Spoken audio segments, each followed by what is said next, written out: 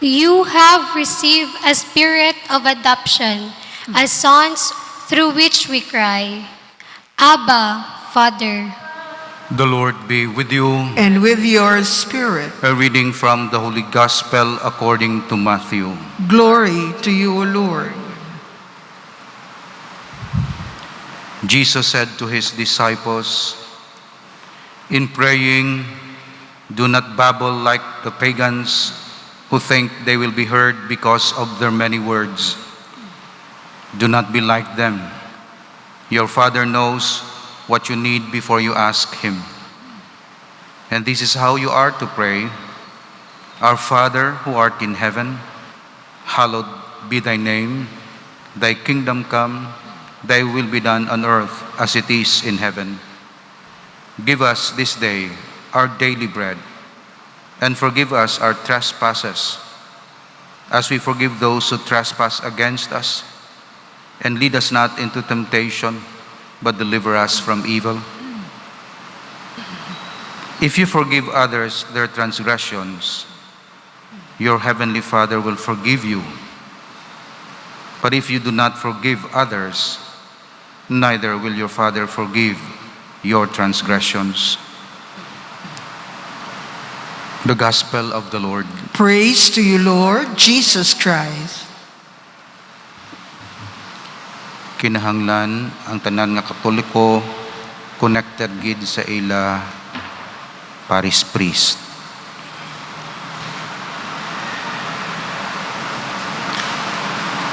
Hindi tungod fans sang parish priest.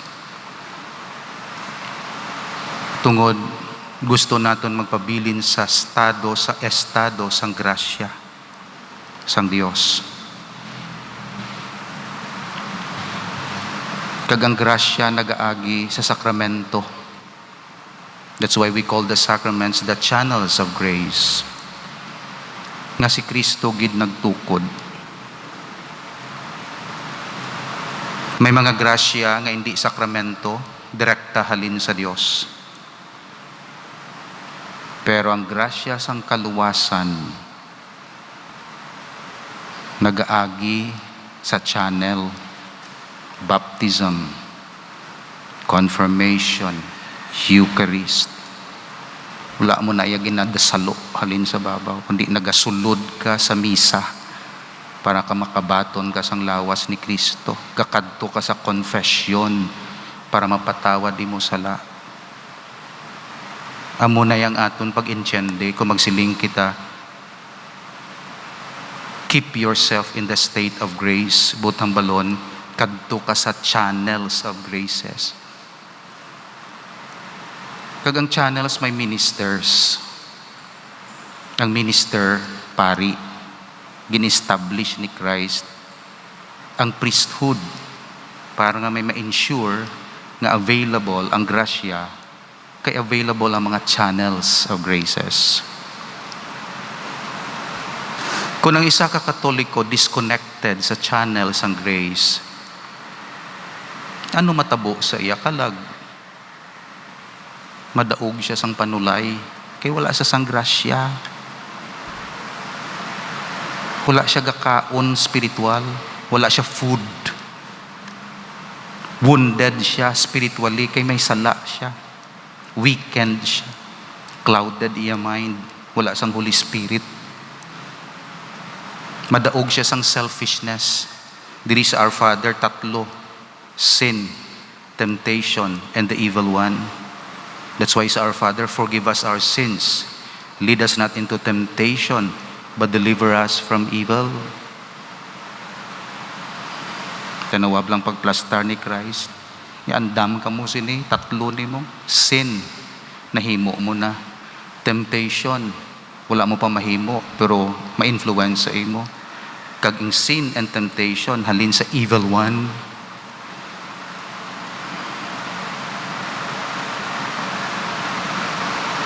Ang enemy nag-succeed to a certain degree tungod na disconnect ang tao sa ila parish priest.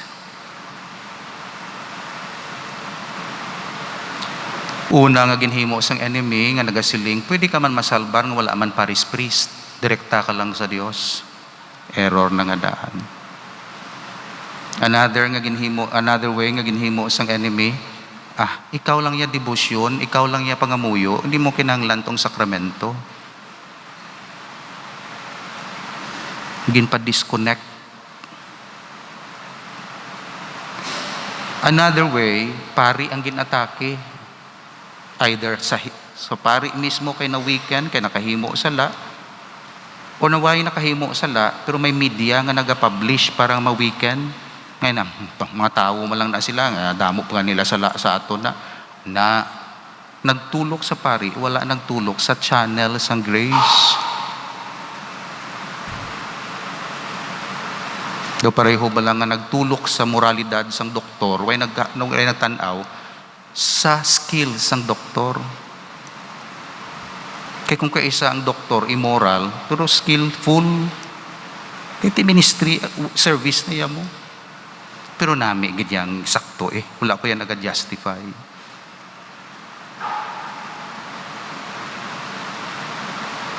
Tapos ang society hindi conducive sa pag-reconnect sa parish priest. May mga denominations, may ibanto nga mga religion, may dito pag ito nga mga kung sino nga mga idols to, disconnected sa channel sang grace. Pari come and go na gapatay na yang pari, gahi produce naman sang pari. Subong may manog pari naman sa 30 nga ni ordinahan. May napatay man. Pero ang pagkapari, hindi ang pari, kundi ang pagkapari, gin-establish ni Christ. Kaya amo na ang ma-mediate sa tao kag sa Dios. Kag ginafa full time yang pari, nya hindi ka mo mga sawa. Hindi ka mo magsinagag ka negosyo. Full time ka mo. Kag ang tao naga-sustain sa pari, sa iya ministry para ka-focus kung anong mga needs sang parokya kag tao sina naga-support para ang pari focus sa spiritual life, sacramental, counseling. Karon kung kulang siya sa iya kabuhi, mangita siya sang livelihood.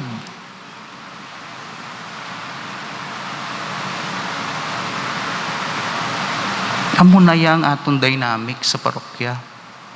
Of course, sa lapas wala ko ya problema. Very supportive ang tao Namin ko na ang general ko wala ko naga-refer diri sa lapas. Supportive yang lapas. Pagsiling kita nga mo ni wala ga pabaya ang damo nga tao. Ang point ko diri is disconnected sa support, disconnected sa feeling, sa affection, disconnected sa spirituality, wala ga pray para sa minister, kung ano ang mga, wala na include sa prayer. Naga-pray siya, provide niya na include. Ano na lang karon kung wala na pari? Ano na lang kung damo mamadiscourage nga pari, mo malang nagali ang pagkapari da. Ano na lang karon kung imbes nga itibuong nato ng moral sang pari, demoralize ang next generation tungod sang mga publicity or mga issues nga kung sa hindi man tuod. Gina-highlight lang ang pila ka bilog, tapos ang 99 to wala man to gina-highlight ila commitment kag loyalty. Ang isa to mo tong gina-highlight, hala bira-bira, hala. Gaksakyan naman sang tao, hala sige naman kung ano dira.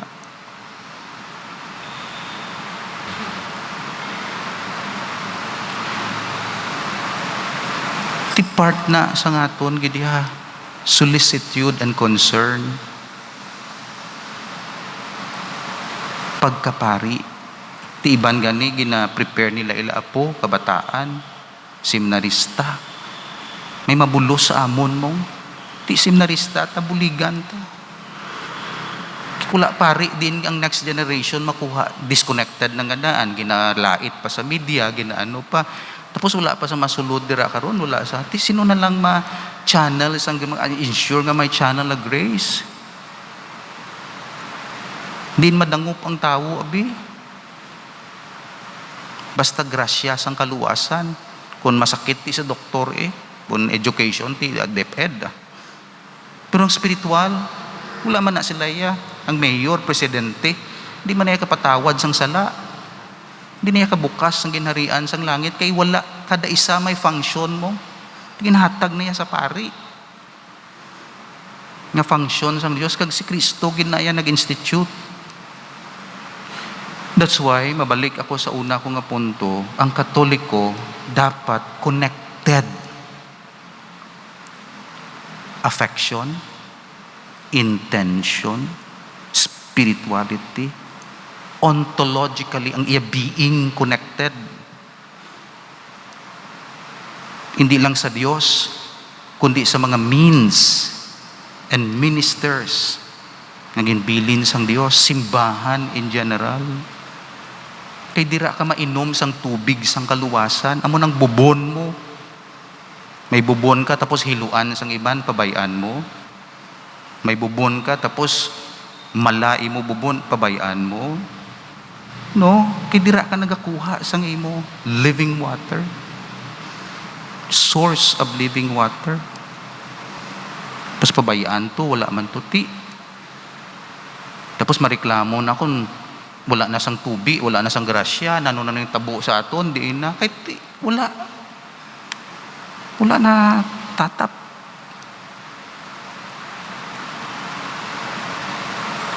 Kada Katoliko dapat connected sa iya pari. Kung diin ka man, kung diri ka sa lapas, sa akon bilang paris priest. Kung dito ka sa Mandurriao, may paris priest to. Kung dito ka man sa Carles, may paris priest to. Wala sang parte sang kalibutan nga wala gin subdivide. Sakop ina sang paris priest. Kasi ang pila ka desert, pila kilometros, basta may parokya ka masiling sakop na sang parokya. Yan sa Kenya Lodward, dapat lapad-lapad to ila parokya iya. Halin diri hasta sa Sara. Isa lang ka paris priest.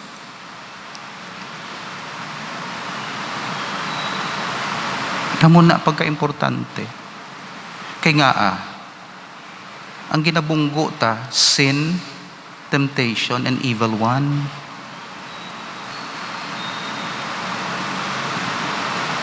Wala lang kita gabunggo sa tao.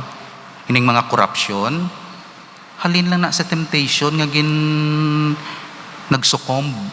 Tapos nahimo nga sin. Pag sin niya, connected sa panulay. Ining mga katabo sa pamilya ni, temptation na nga nag-give up ang give-in ang partido. Tapos nakahimo siya sala, tapos nanamian siya. O pag nami, binayaan niya ng grace. Kadto na siya kay Satanas. Kaya enjoy to siya mo. Diri. Problema ang didto. Eternal hell. Ga-enjoy ka diri pila. 20 years, 5 years, dito, eternal, hindi mo na mabawi. That's why butangan pari, pangan simbahan. Ang pari hindi ka palagyo sa simbahan, hindi kahimo sang iya simbahan, kundi according to the norms of the church. Kaya ang church is the church of God. Ito mo ng pari. So dumdumon nato nila kay ang mga meaning spirituality individualistic. Ako lang kag ang Dios. Amo nang ginatudlo sa aton da bisan basahon na kun diin ka happy didto ka ako ni life ako no sa Katoliko is communion, family of God, our Father who art in heaven. Lastly, siyempre kung sala aton nga ginakontra kay gusto naton sa state of grace, tanawa bala ninyo ang ginhambal ni Jesus niya when you pray mo niho, forgive us our trespasses as we forgive those who trespass against us. Kagabigin pamalandungan ko ang ginsugpon niya ni wala nga may as we forgive ba ni man nga wala na lang siya forgive us our trespasses, deliver us from evil one.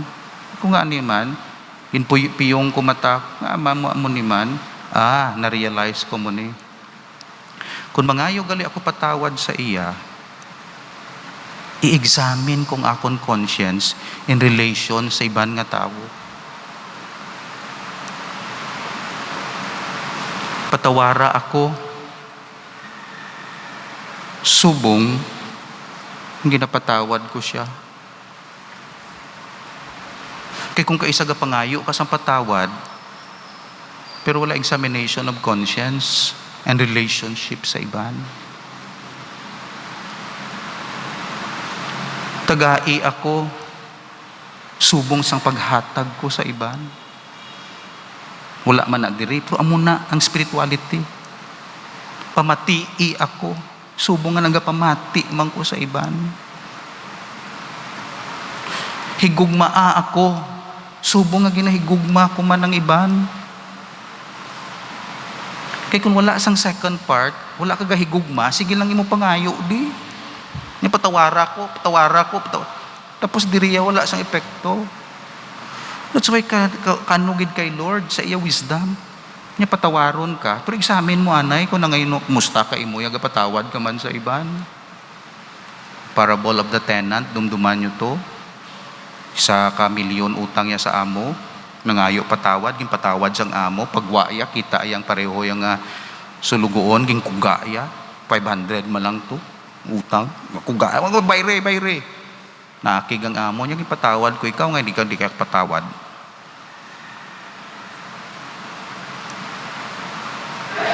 That's why, sa pagpangayo naton sang strength sa Dios, gahatag man kita strength. Sa pagpangayo naton sang grasya, kabulig man kita.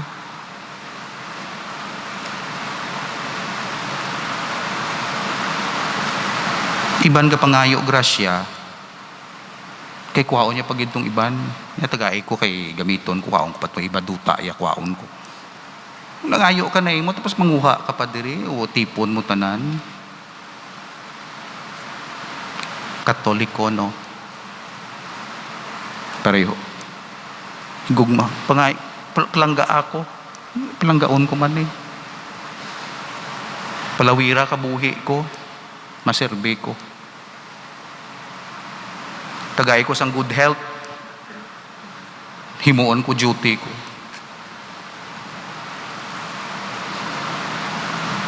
Kamo ng aton prayer. Bendisyoning simbahan, kay maubra kami. Tagaay kami freedom sa worship. Kay masimba kami. Ma-worship kami sa imo. Basta tagaay lang kami freedom to worship. That's our spirituality. Wala siya nag-stop sa pangayo, patawad. Pero wala epekto diri sa aton conscience, kason isig katao. That's why ang tao nga nagatuo sa Dios, tao nga nagahigugma sa isig katao. Ang tudtod nga nagasimba sa simbahan, nagabulig, kag genuine nga bulig sa isig katao. That's why kung ipastop mo ang simba, gaka-apektuhan ang sincerity and grace sa pagbulig sa isig katao. So, i-connected ka bala sa imo pari? Bisan sinuna din nga pari ha? Kaya ti ako subong, ti ako connected, hindi nga, pero may kamugatawagan na, text, hindi. Prayer, ministry, common purpose, love of church, worship of God. Na, dira. Kaya ang pari, matag sa imo sang grasya. Wala gahalin ang iya grasya sa iya, kundi channel siya, minister lang siya. Di kung disconnected ka, saan mo naka-claim nga ka sa grasya sang Dios nga daw protestante approach sa Katoliko, no? Dangop ka gid sa tuburan sang grasya. Because salvation is not auto-generated. Salvation is given. Salvation is not auto-administered. Salvation is received. Wala na iya, pero sang tanom nga i-auto-generate mo, no? Halin niya sagwa, gindugang na sa imo. Kag may minister nga gintukod, ordained ministry, gintukod ng Dios. to make sure that the source of grace is available para sa mga dispose, naga-desire sina, kag hindi prohibited by law. Amen.